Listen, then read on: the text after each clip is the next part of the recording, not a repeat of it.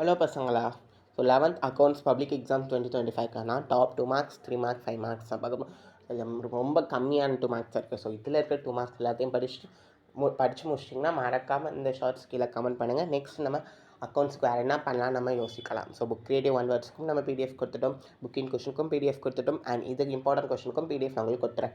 எல்லாத்துக்குமான PDF Telegram சேனலை join பண்ணிக்கோங்க, அதை கிளிக் பண்ணி பாருங்கள். ஸோ டெலகிராம் சேனல் லிங்க் டிஸ்கிரிப்ஷனில் ஃபஸ்ட் கமெண்ட்லேயே பின் பண்ணி கொடுத்துருக்கேன்.